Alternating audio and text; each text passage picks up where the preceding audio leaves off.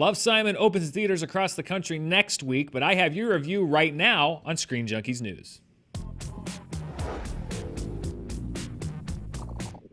Hey everybody, Dan Murrell here with my review of the teenage coming-of-age romance Love, Simon from director Greg Berlanti, who you probably know best as the producer behind the CW's universe of DC Comics shows like Flash and Supergirl, and more recently, Riverdale.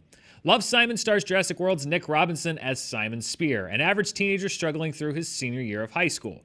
Now, Simon faces the same problems as just about every other teenager in these kinds of movies: uncertainty about the future, unrequited crushes, and general angst, with one key difference. He's gay, and he doesn't know how to tell anyone, including his friends and his parents, played by Jennifer Garner and Josh Duhamel. Now, Simon ultimately finds a connection with a fellow student who posts anonymously to a school message board under the pseudonym Blue. He's also closeted and fears coming out to his family, and Simon sets out on a quest to find Blue, whom he's beginning to develop feelings for through anonymously shared emails as they navigate their uncharted course together. Now, one of the best things about Love, Simon is that it doesn't play these developments as high drama, nor does it present itself as an all-caps, very important message movie. Simon's character and the characters of his friends and family are viewed through the same kind of wish fulfillment, only in the movie's high school lens, as the characters in most teenage coming-of-age comedies, going all the way back to movies like She's All That and The Breakfast Club. Suburban, upper-middle-class, movie star pretty teenagers with the kind of relatable problems that speak to the movie's core audience.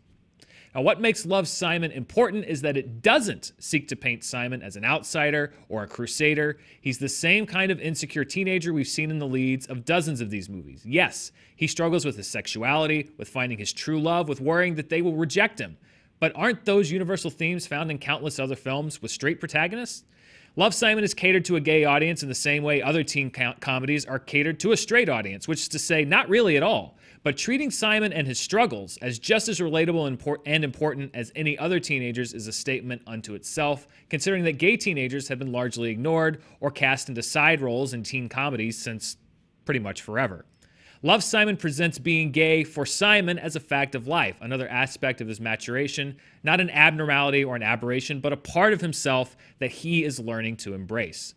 Now, that's not to say that the movie ignores difficult issues. It sensitively deals with pressures that are unique to the gay experience, like forced outing and fears of parental abandonment after coming out. But it never veers into schmaltz or brutal, harsh reality. It's the same kind of aspirational story that has attracted teenagers to this genre for decades, just viewed from a different perspective.